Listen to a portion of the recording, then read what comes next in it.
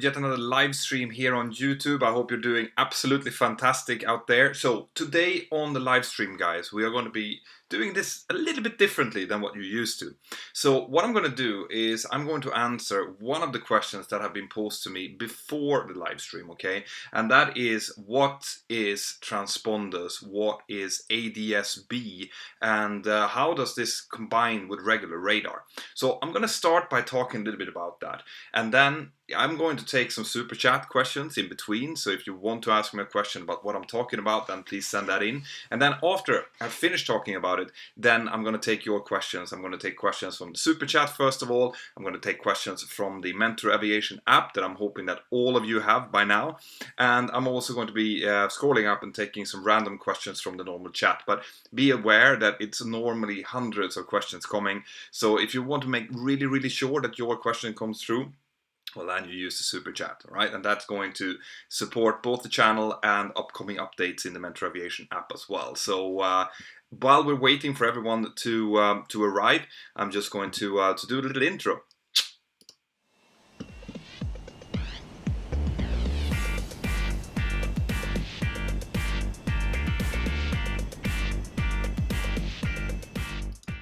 All right, guys. Cool. So what we're going to have to do in order to explain transponders and ADS-B properly is that, first of all, we have to talk about radar. Okay, so raw radar, which is what you're thinking about when you're thinking about those old movies with the blips on a green radio screen, all right? That's what we in air traffic control used to have back in, well, it started already back in before the 1900s even, but I think in 1915 they started actually refining the radar, which stands for, radio detection and range, if I'm not mistaken, radio detection and range, that's radar. They started kind of fine-tuning it in order to figure out not only that there was something in, close by, but also in what direction and what distance the object was. Now, the problems with radar, which is basically an antenna that sends out a signal and that bounces off an object and bounces back, and then because of the timing it takes to send out and for the radio waves to return, we can determine the range, that's in the distance it is. The problem with that is that you don't really see what is out there. You only see that something is out there. So this is, was reasonably effective to kind of see enemy waves, as in airplanes coming in, attacking during the Second World War, for example, but it's not very effective when it comes to air traffic control. So in air traffic control, you really want to know who is out there, where are they going and why. So this is why they come up with a secondary radar system, okay? And this is where transponders come in. So a secondary radar system is not only the raw radar, it's actually a unit that is inside of the aircraft, all right? A transponder, which basically means transmitter and responder. So transponder is transmitter and responder put together, transponder. It's a radio box that transmits on 1030 megahertz and it responds on 1090 megahertz. That basically sends out information about normally both the location, and if you have mode C transponder, which I'll get to in a second, it also sends out your altitude. Okay. So by doing that, the air traffic controllers could assign an aircraft a squawk code, a transponder code. Before we even start flying, they will contact us and say, all right, so Mentour 360, your clearance is a Liffey 5 Alpha standard departure flight plan route, squawk 5212. So that 5212 is the code that we then put into our little radio box, our little transponder. And by doing so, air traffic control now knows that, okay, I have assigned this code to Mentour 360. Okay? And when we now get airborne, air traffic control will look down at the radar screen and they will see a blip. And that blip has that code on it, so they know, right, so this is Mentour 360. Now, if I'm flying on a larger aircraft, like for example a 737-800, then we tend to be equipped with mode S transponders. So this is the same. It's a secondary radar system, but it also transmits more information. Not only the altitude and the location, but it can also transmit, for example, what we have set on our autopilot channel. So they can see that we've set a certain altitude, for example, so that if they clear us to do climb flight level 390 and we by mistake put flight level 380, well, they will see that on the radar screen and they will confirm it with us. So Mentour 360, confirm you're climbing flight level 390, and we will look up and say, oh, sorry, yes, climbing flight level 390. So it's a secondary system that includes more. It's not only that, it's also things like vertical speed. They can see loads and loads of things of what we're doing. Now you might be thinking, well, that's a little big brotherish, isn't it? But in fact, it is just another backup to make sure that that we are keeping as safe as possible, to make sure that there's no communication mistakes, because communication is always a weak link when it comes to air traffic control.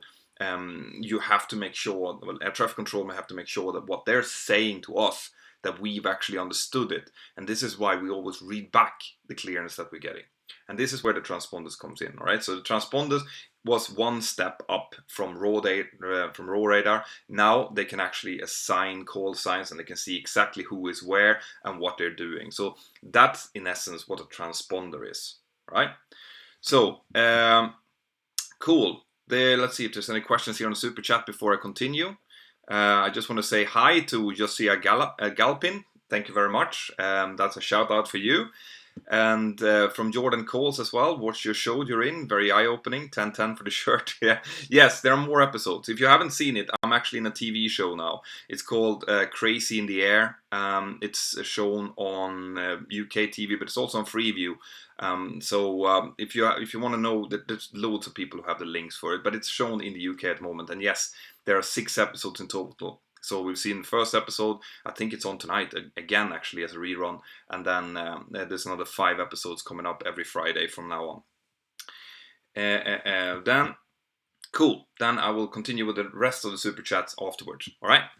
All right. So now this brings us to ADS-B. So what is ADS-B then? Well, ADS-B is one step further from Mode S transponders. Okay, this is basically a cheap system where there is there's another transmitter inside of the aircraft. So there has to be hardware inside of the aircraft in order for ADS-B to work. ADS-B stands for Automatic Dependent Surveillance Broadcast System, and basically what it does is that it's continuously sending out information based on GPS signals. All right, so the aircraft gets its position data from a very, very secure and exact source. GPS tends to be the most exact, but we also have our inertial reference system, our IRS system, and then it sends that out. Okay, and it doesn't just send it out to a radar station. But that was the old Mode S transponder. The Mode S transponder only worked if you had a big fancy radar system and they sent out a query signal to the aircraft, and the aircraft would then respond back from the transponder. Okay? But this is different. So the ADS-B system, which is largely used in Europe, it's becoming mandatory in the United States as well for bigger aircraft. It's constantly sending out info. Okay, so you might recognize pictures like this, for example. This is taken from Flight Radar 24, and it shows all of the aircrafts that are in the air movement over the United States during a specific time period. Okay, now sites like that, sites like Flight Radar 24, for example, is made possible because of ADS-B. Because ADS-B is constantly transmitting out the information, and it can be picked up by cheap receivers everywhere. And they're scattered really everywhere now. So Flight Radar 24 can get in contact with those radio receivers that is taken out the data from the aircraft, and then they can share the information, and that's essentially what they're doing. So by doing this, it means that not only air traffic control can get the information about where aircraft are, where they're heading, speeds, well, all of the things that you can pick up from Flight Radar 24, basically. Now, anyone could potentially get that information, unless it is a flight that has asked to turn that off, right? So it's possible to turn it off as well. So, for example, state flights, certain government flights, things like that might not want to be detected, and in that case, that can be turned off, right? So, what's the point of this then? Well, the point of this is that we can now enable a more efficient air traffic control system, and also the ADS-B is not only from air traffic control to aircraft, but it's also from aircraft to aircraft. And in the ADS-B system, things like weather radar returns and things like that can be shared as well. And that can be shared from a large distance. So while we at the moment have to rely on weather radar, what is basically about 80 to 120 miles in front of us, with this system, we could rely on the weather radar from another aircraft that is further away, and potentially, now we don't have this system at the moment, but in the future, this means that we'll be able to get a great picture of cumulonimbus cells, as in thunderstorms and things like that, that's happening well away from what our weather radar would be able to detect it. It could also, and this is a US only system, I can't remember the name of it now, but in there they're actually transmitting things like notice to airmen about what is working, what is not working on an airport, or important messages that needs to be sent out as well. So basically what we're looking at is the future, where even small airports that can't afford their own radar system can have very, very good picture of where aircraft is, what they're doing, and the aircraft themselves can potentially get even more effective TCAS system. Because TCAS, by the way, when I'm talking about it, TCAS, the traffic collision avoidance system that we have fitted in our aircraft, at the moment builds on transponders. So in order to see any type of aircraft, they need to be transponder equipped. So at least mode A transponder, which just shows the position. But if it doesn't have mode C, we can't see the altitude, and without mode C, we can't get a resolution advisory. So in order for us to actually get a resolution advisory, that's when the aircraft actually tells us what to do if we're about to collide with each other. Now, if you want to see this, by the way, in the Mentour Aviation app, I have a TCAS collection. You can go into the Mentour Aviation app, you can get the TCAS collision. I'll give you all of the rundown on how TCAS works, and then you can see it for yourself, where I and a colleague of mine are doing a TCAS avoidance maneuver to avoid crashing into another aircraft. Okay, but that requires transponders. In the future, that is most likely going to be based on both transponders and ADS-B information, which might give even better avoidance maneuvers. At the moment, it just tells us to either climb, descend, or maintain altitude. It doesn't give any turn information or anything like that. All right. So some other things about transponders then before we start taking more of the questions here. So we talked about squawk codes that has been defined now. You might have heard about the different emergency codes as well. So for example, 7500 is a code that we would turn into our transponder if we had a really bad day. So if it would be a hijacker on board. So 7500 is the emergency code for hijacking. If you would squeak that in, that means that air traffic control will immediately know that this aircraft is about to or have been hijacked. 7600 is reserved for loss of comm. So if we would try to get in contact with air traffic control using radio, and we can't, we use our secondary radio, and it doesn't work either. Well, in that case, we can put in 7600 and use the procedures that we have in force. There are many procedures available in order to tell air traffic controller, listen, we don't have any radio. We can't talk to you. They know, all right, so these guys that are coming in here, they just don't have radios. It's not like they're quiet for some bad reason. No, they just can't communicate. In that case, they're expecting us to do certain procedures and land at a specific airport at a specific time, for example. So that's it. And then you have the most famous of them all, 7700, which is the emergency code. That is general emergency. It means we squawk it whenever we need we need help from air traffic control. That might mean priority, for example, in case a passenger gets really sick, or it might be just well, anything really. Engine failures, rapid depressurization, emergency descent, for example, the video that I did this Friday about engine failure on cruise. Oh, by the way, I have gotten a lot of questions about that video. I know that you want me to explain more, not only the initial part on how we deal with the drift down, but actually what do we think about, how do we deal with it.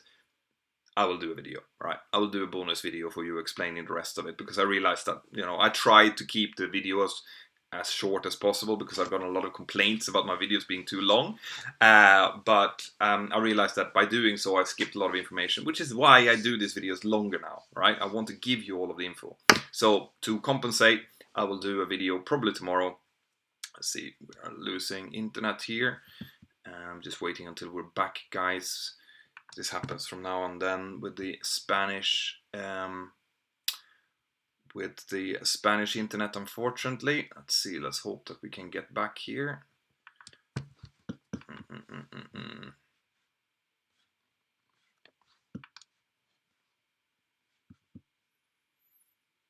All right, guys, can you see me? If you can't see me, then please, there we go. It seems like we're back again. All right, cool.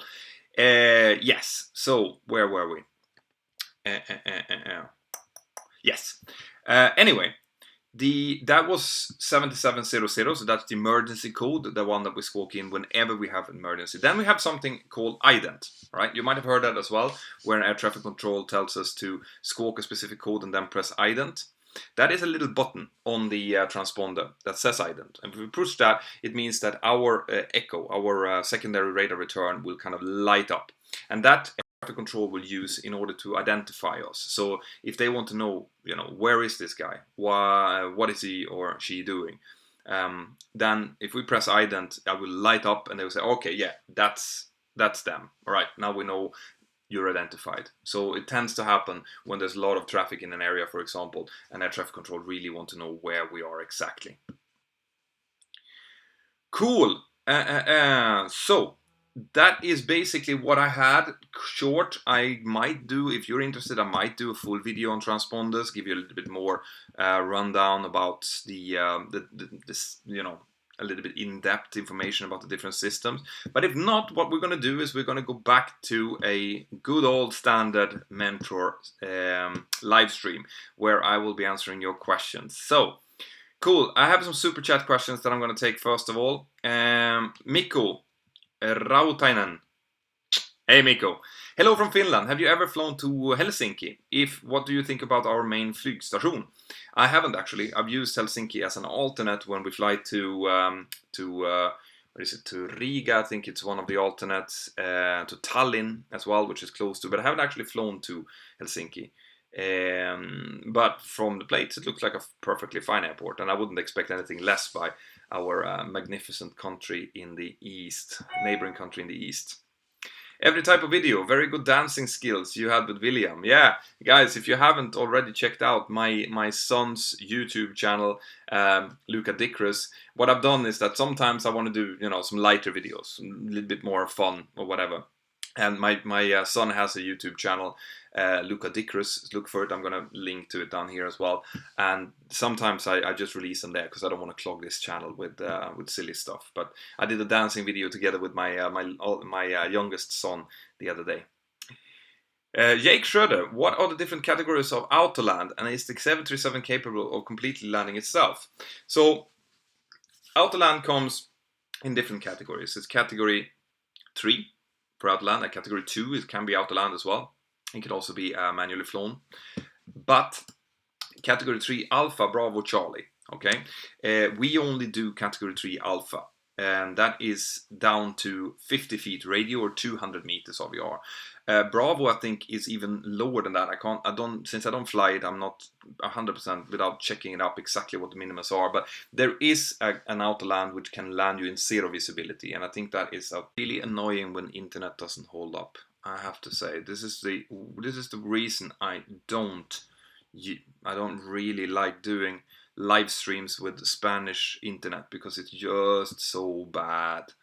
Ah, there we go. Let's see. Let's hope that this holds up.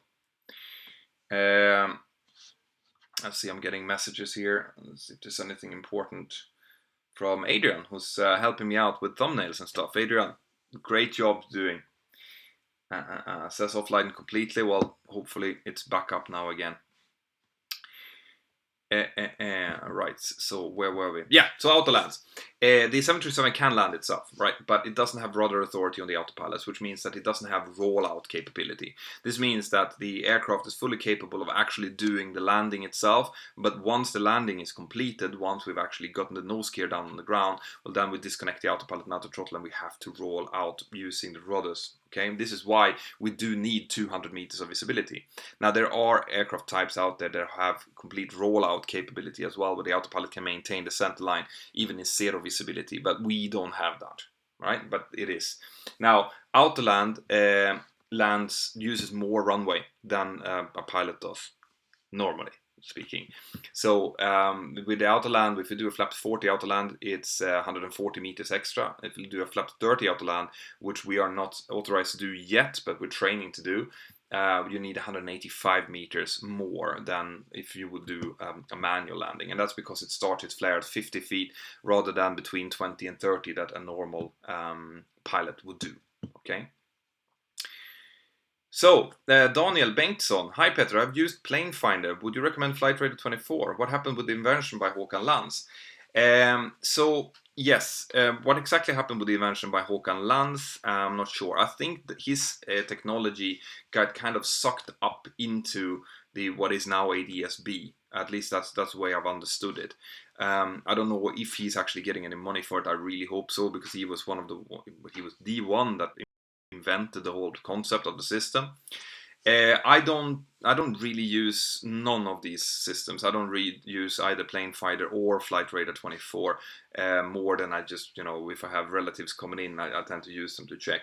But so I don't really know them. I can't recommend one or the other, but Flight Radar 24, generally speaking, has a very good reputation, seems to be very, very accurate and very user friendly. So, and it's a Swedish company, so of course, use them.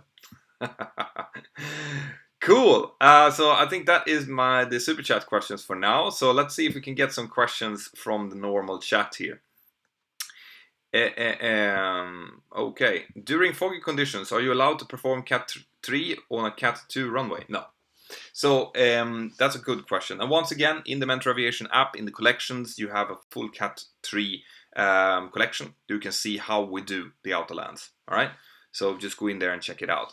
But Cat 3 runways have to have the special requirements of both the ILS signal itself, about the backup electrical systems, and about the runway. So you have to have a much wider critical area on the next to the runway, which means that there can't be any aircraft taxiing too close to the runway. There can't be too much obstacles around, so they have to kind of flatten everything out next to the ILS and the localizer transmitter. So getting an airport Cat 3 approved is actually quite expensive.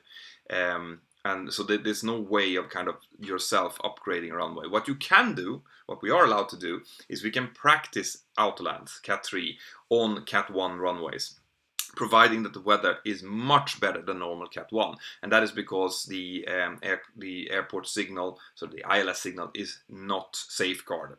Okay, it means that you can have a failure of the ILS and it won't be picked up as quickly as on a Cat 3 runway, and it might not be as exact. So when the aircraft does the autoland, you have to be ready to take over in case it wouldn't, follow the scent line, or if there would be a disturbance on the signal itself. So that can be done, but of course to normal minimums. Right? You can't use Cat 3 minimums. Let's see if the weather is. There we go. So, Bill Musk, hello from Brazil, hello from Spain. Let's see, I'm going to take some questions from the Mentour Aviation app chat as well, as you can see it's coming in here. Hi Mentour, are squawk codes unique over different airports? Keep up the awesome work.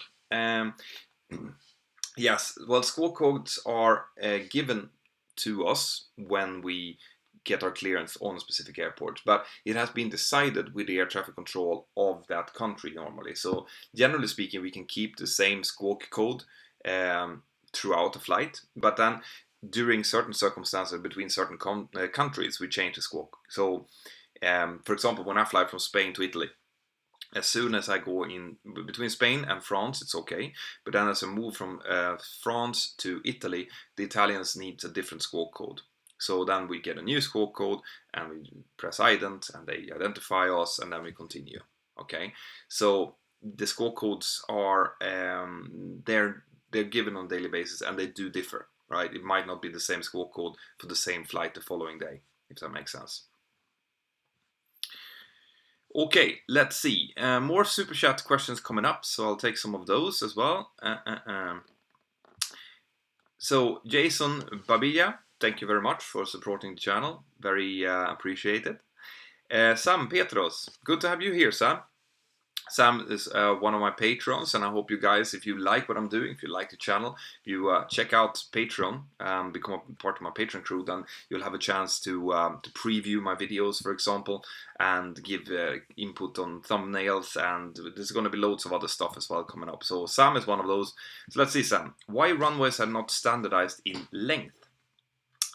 That's because of the way, where they're built, right? Basically, when an airport is being constructed, it is obviously limited by the place it's being built at. So, and it's also depending on what kind of traffic they're expecting to get in. So, for example, there's no need to build a 3-kilometer runway if you're only going to take in small turboprop aircraft. Then a 2-kilometer runway will be perfectly sufficient. And of course, building an airport is going to be millions and millions of euros. For each meter that you add to a runway is hundreds of thousands of euros. So that's generally why. And also, most of the airports that we have today are built on existing runways, so that they were there maybe even as far back as the Second World War, and then they have been extended. But generally speaking, there is a little bit of standardization. And in that saying that if you're looking at an international airport, generally speaking, they tend to be, at least 2.3, 2.4 kilometers long. Because that's kind of the runway length you will require in order to land a jumbo jet at higher gross weights. Now, a 737 that I fly, we can get down on very short runways. Now, the shortest runway we have at the moment in the network is around 1,700 meters. But I am going to start flying into Southend soon, and that is something 1,600 meters. And the 737 and the short field version of the 737 can get down on runways as short as 1,300 meters on regular flights. And that's really short now. That's like trying to land on a stamp, basically. Right, more questions here. So from Bill Musk, are airports in Brazil worse, high risk? How is for the view for the European USA pilots? Now, I can't really speak about this because I haven't flown myself. I don't believe so. I know that there are some tricky airports. I know that there's a really short airport in Rio, for example, that I think some of the low-fare airlines there flies into. Okay, once again, it looks like we have... Oh, there we go. Back on the internet again. But I don't think that there's any... I mean, they are ICAO approved, and if an international airline flies into a specific airport, they have done a risk assessment. They know what what that runway is like, what that airport is like, and it's unlike... we never take any risks, It's not like we're going to go to an airport and think, oh, I hope it's good today. No. We only go to safe airports, so I don't think that there's any higher risk by going into to Brazilian airports. Okay, so let's see then. More questions from inside of the app. So, Mentor, what did you say about Southend Airport? I said that I'm going to start flying there. Well, I might not, but my airline is going to start flying there, and it's short, very, very short, and narrow. So it's a combination. There's specific simulator training needed in order to go in there. We have to do that, make sure that we can do rejected takeoffs on a very, very tiny runway. And there's visual illusions as well when it's both really, really short and really, really narrow. You have a feeling that you are, for example, high, because it's so narrow that it feels like you're higher than normal, so people have a tendency to duck under in order to get down to a visual picture that they recognize. So there's loads of things like that into it. JR Pilot 5 is asking, what is toga thrust? Alright, this is a question I'm getting surprisingly often. Toga thrust is whatever thrust that we've told the aircraft that it needs to use. Okay, so toga stands for takeoff and go around button. Okay, that's what we have on our thrust lever that we press. And when we press it during takeoff, it means that it's going to set a predetermined thrust that we have calculated during our performance calculation. So before the flight, we've done a performance calculation that has said that, all right, in order to take off this weight on this runway in this temperature and this, weather, then you need, for example, 89.6% of thrust. That means that when we've set that into our FMC CDU and we press toga, the auto throttle is going to set that. Okay, and then we're going to take off with that. V1, rotate, and then we're going to continue climb up until we set climb thrust at about 1500 feet.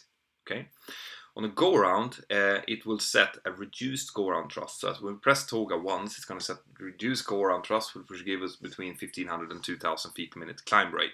That tends to be around 90%.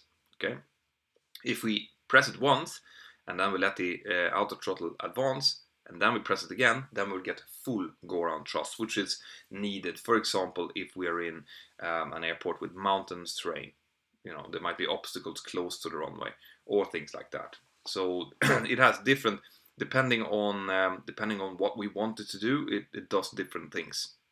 But in the takeoff, it's set what we have calculated. In the go-around, it sets a thrust that gives us a predetermined climb rate that is safe to use. Okay, so Director of Fun, that's a great name. Have you had a rejected takeoff before? Reason? I did a rejected takeoff just a few weeks ago, actually, but at a very low speed, because we had a master caution. And the way that it works is that below 80 knots we can reject a takeoff for almost anything. So in my case, I had master caution anti-ice that stayed on, and we hadn't even reached 30 knots, so I just rejected and taxied off. And then we checked what the problem was, so we could go again. I haven't done any high-speed rejected takeoffs. High-speed rejected takeoffs are very rare. We don't really want to do them. It's normally much safer to bring the aircraft into the air. So above 80 knots, we only abandon the takeoff for engine failure, fire, predicted wind shear warning, airplane unsafe, or unable to fly. Those are the reasons that we reject for above 80 knots. So it has to be something severe, like a blocked runway or an engine failure. Obviously, the aircraft can't safely accelerate up to V1 at that point. Fire, any kind of fire on board is really, really bad. So no, I haven't done any of those. But once again, if you want to see how it's done, then I have one of those as a collection inside of the app as well. So when will we have a video dedicated to the dogs? Now, I find it funny that you guys are so interested in the dogs. I love them as well, and they tend to stay with me in the sofa when I do my videos. But I haven't actually thought about, dedicating something inside of the channel for the dogs. If I would, that would be on my son's channel. Okay, look at Icarus. Look for that. So that will be it. Or maybe, we'll see. If you guys like more lifestyle-oriented videos, if you would like me to do stuff like that, well then I could probably start a new channel with that, because I'm not, this channel is dedicated for aviation and for you guys, answering questions, motivating you, making sure that you can get the absolute best out of yourself. This is why I started this channel, and that's why I'm going to continue with that.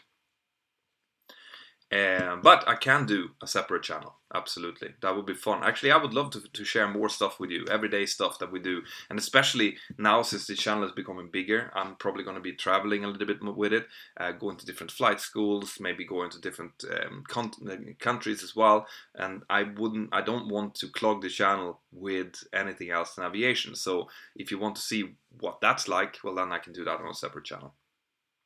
So Dennis, Solo View. I hope that's how I pronounce it anyway. Hi Mentor, flying into Cat 3 airport on a clear day, who makes the decision whether it's going to be a Cat 1, 2 or 3 landing? Yeah, like I mentioned before, since Cat 3 landings actually uses more runway, and we don't do that. So Cat 3 is a last resort. That's something that we do only if it's needed because of visibility. So generally speaking, we always do Cat 1. Unless we need to practice it, for example, before a sim, we need to have done at least one Cat 3 landing during the last 6 months before we go into the sim in order to renew our Cat 3 capability. And in that case, if we've been lucky and we haven't flown in any bad weather, we might have to do a practice Cat 3. But if that's not the case, then we tend to do Cat 1. That's it. Cat 2, we would only do Cat 2 if it's only Cat 2 available. If there's Cat 3 available and the weather is bad, well then we will go to full Cat 3.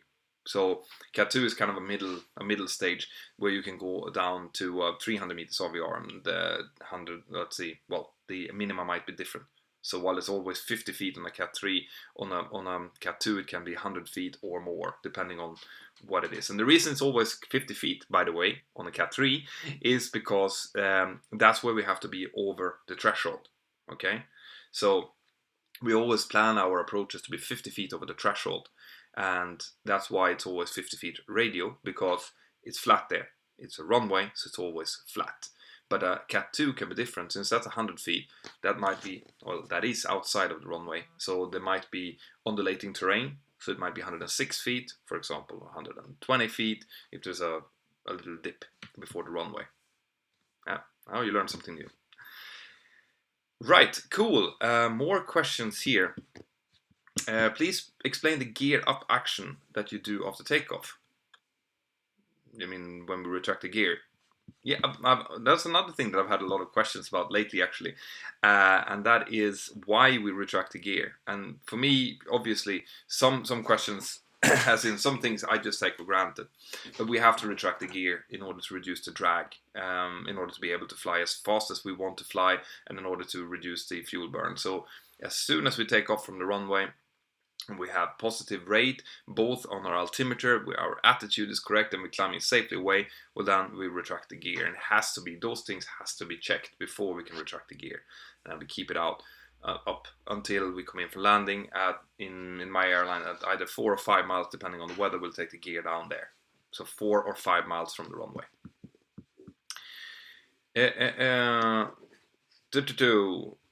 Grant Rennie has seen me in Glasgow a few years ago during flight check for trainees. I don't think so. I don't do those. So that would definitely surprise me. I'm losing my voice again, guys. You know this happens to me every single live stream I do. I should really get used to get some water with me in here. So, Cadman, Mentor, we need to get a meet and greet session sorted, preferably in the UK.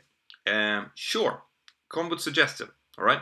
We need a venue, so, a bar, maybe not a bar, but a hotel lobby, or a hotel, like a briefing room, or a flight school, or whatever. Send in the suggestions. I would love to come and do a meet and greet session with you guys if I can kind of put that together with something else I'm doing, because as you might know, I'm fairly busy. Like I'm flying full time, I'm in the sim full time, and I'm doing this channel full time. So there's a lot of things going on. But if I can combine it with when I'm in the UK, for example, I would love to do that, because I'd like to see you guys. And it's, if I can answer questions in public straight to your face, is much more fun. Okay, Mariano, any special procedure on pilot's side when transporting live cargo, like dogs, temperatures, oxygen? No, not really. The dogs, if they're kept in the hold, they're kept in the forward hold, 1 or 2, because that part is heated. Like it's using the cabin air to heat the forward part in the 737. That is. But there's no special procedures. We just we fly as normal. We are aware that they're there. In my airline, we don't take any, to my knowledge at least. The only dogs that we are allowed to take are seeing eye dogs, and they obviously go in the cabin together with their owners. But other airlines do, and then they're kept down there, and obviously they make sure that they're in special cages and that they're fine. The lights should be on, I believe, in there as well. But obviously it's pressurized, and it's just like, it's just like normal cabin when it comes to temperature and things. Okay, so Umberto Pedrotti, if after takeoff you need to climb as fast as possible, do you clean the plane up or keep flaps out? We have very specific procedures for when we take the flaps up. So if there's depending on noise basically. So noise abatement procedure 1 or 2. At 1, then we take the flaps up at 3,000 feet AGL. And if you're doing noise abatement procedure number 2, we're starting to retract the flaps at 1,000 feet above ground level. Noise abatement procedure 2 is generally more efficient, saves more fuel, but it might be a little bit more noisy because we're going to be lower down at a higher speed. So, do you fly into Stansted? If so, we'll try set up a meeting venue. Yeah, I go into Stansted quite a lot. When I'm in the sim, that would be a perfect if we could set it up together with me being in the simulator, because then I'm up in around Stansted, so that could be done. Okay, let's see. Hi, Mentor, from Alexander Sutherland. Hi, Mentor. I'm terrified of flying. Love aviation, though. What would you say to a person that has a fear of flying? Sorry, my throat is thing. Well, the fear of flying thing, this I've mentioned in previous podcasts and in previous live videos as well. Very rarely has to do with something logical. People keep asking me, well, why don't you just tell people that it's safe to fly? But you know that, anyone, especially if you're interested in aviation, you know that aviation is one of the safest forms of transport there is. So that's not really it. There are a couple of things you can do. First of all, you can do what you're doing now, which is to ask questions and get yourself information, read up on things. But generally speaking, the experience that we have is that fear of flying has to do not with the aircraft itself, but something else. Something has triggered it. Because fear of flying is logical from the brain's perspective. We shouldn't be sitting in a aluminium tube doing 1,000 kilometers per hour at 11 kilometers up. So the brain thinks, yeah, if I have something in me that I should be afraid of, let's project that onto something that is obvious. And flying is an obvious thing to be afraid of. So people tend to become scared of flying at a specific point when they're, for example, when you get kids. A lot of new parents become fearful of flying. That's because they have a new fear, which is to lose their kids or the kids to become orphans or things like that. And that then becomes projected onto flying. So when there's major life changes, your brain is really upset or really stressed, then it tends to happen. So think about that. Think of if this happened when you had, for example, a divorce, or when you moved house, or when you broke up with your girlfriend, or with something else. And if that's the case, then you should probably, if it's really bad, you should probably go to a psychologist and deal with it. Okay, they will give you much more better suggestions on how you should be dealing with it. But just knowing that it might not be the flying in itself, that it might be something else, might actually help you and make you feel better. Otherwise, like I said, find as much information as possible. Go to these fear of flying seminars that exist. Some airlines have them. They're great. You'll be talking to people like me that can calm you down and tell you, like, listen, I do this every day of the week. I fly 4 flights a day during, I've done that for 17, 18 years now. I know that the industry is really, really safety minded. That's all we do, basically. So all of that can help you. Okay, and I hope that makes some sense. Right, let's see. Coming up to 44 minutes. At least my voice is telling me that that's the case.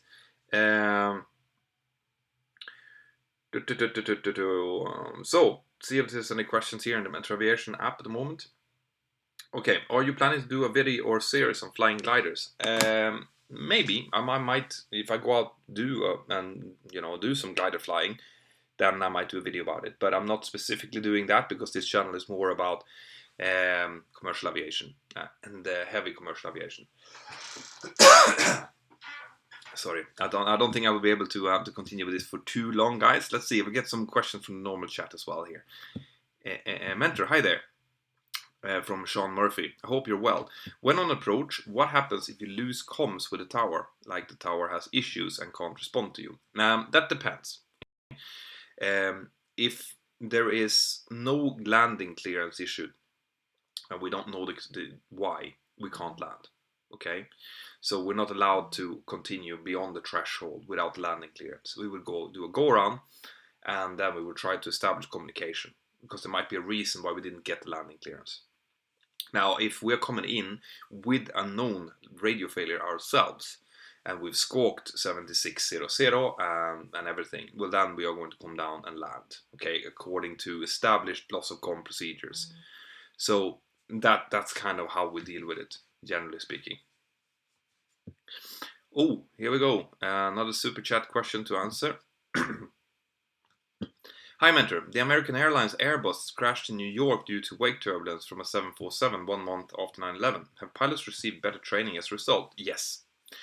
A part of the investigation into that crash obviously showed that the incorrect movements of rudder, which I talked about in my video about the stabilizer, was the cause of the accident, because the wake turbulence wasn't that bad.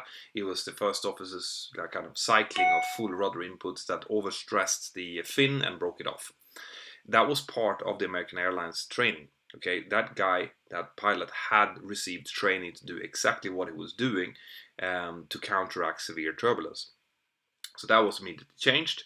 And even we who were not flying Airbus or flying Boeing also got training saying that, right, you find yourself in this situation, make sure you do not give full rudder deflection left and right, because it's going to overstress the rudder. So the answer to your question is yes. As always, when something horrible like that happens, we receive all the information about it, and then we get appropriate training to make sure that it doesn't happen to us as well. David R, my ATC tour.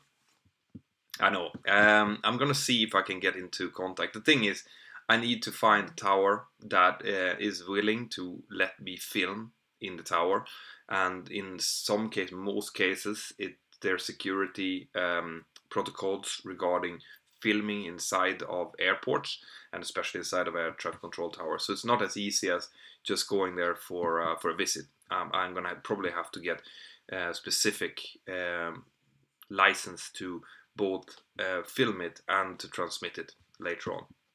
So while I thought it was easy to start with, it turned out that that's not really the case. Right, guys. So, by the way, I hope you've all had the chance to check out the Mentour Aviation app. I know that I keep saying that all the time, but I know we talked about it in the last live as well. Now, as always, which I've done like a little tradition here, if you guys want to, I can go in and I can temporarily, until tomorrow evening, reduce the price on the complete collection. And something I do on these live streams, but only if you guys show that that you guys want it. Okay. Now, just to give you, let's see, ginger tea with lemon. Yeah, I know. Just giving up. Just to give you an idea of what you get. Okay, when you get the Mentour Aviation app, this is an app I've done. It's completely free to download, guys. So there's no reason not to have it.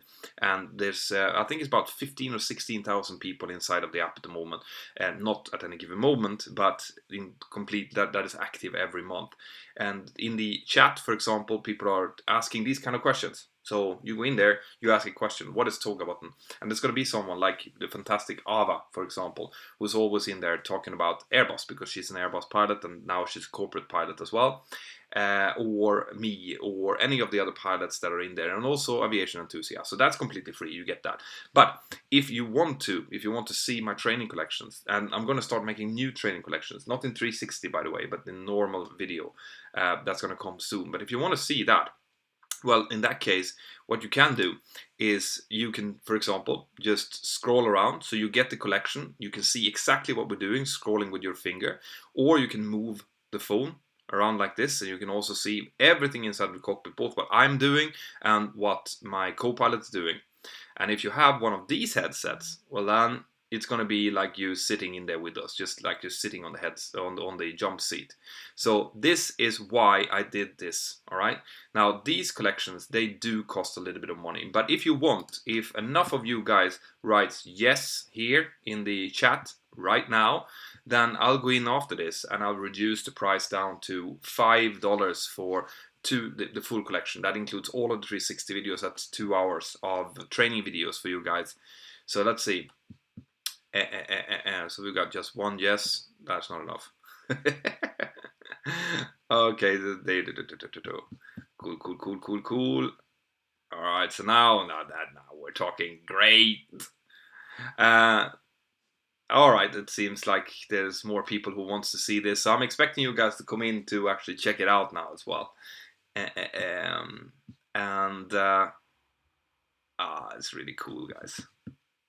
Cool. So before I go, guys, I'm just gonna make sure that I haven't missed any of the super chat. If I do miss the super chat, guys, then go into the Mentour Aviation app and go into the submit feedback.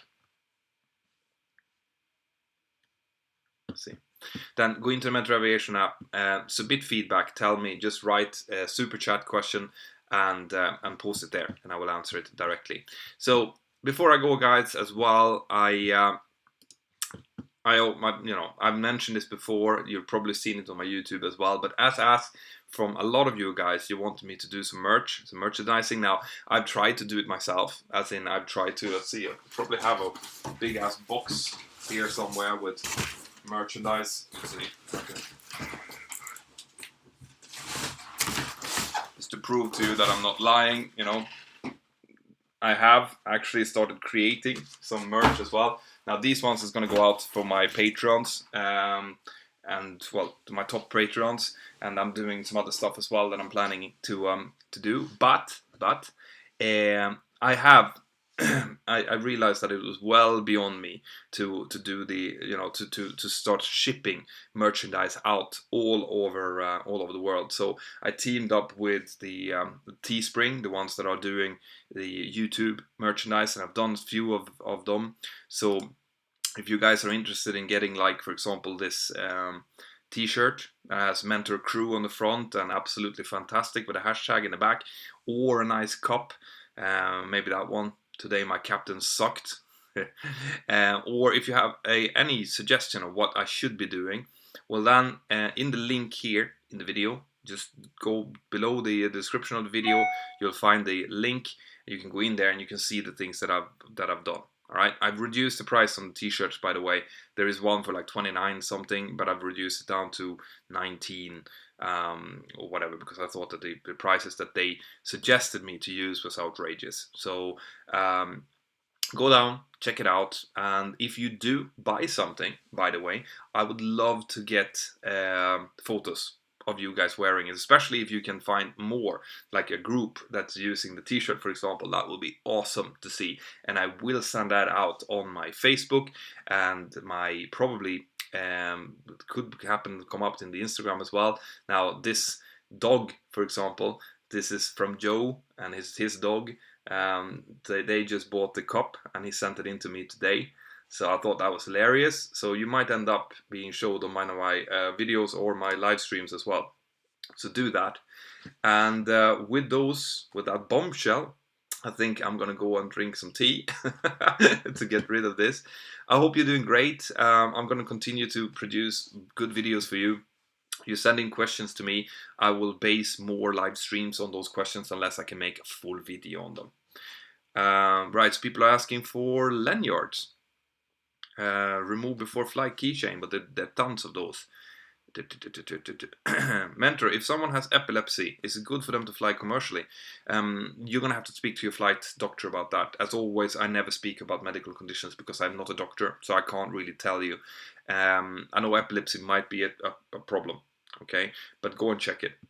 Have an absolutely fantastic evening wherever you are out there, guys, and I'll see you next time.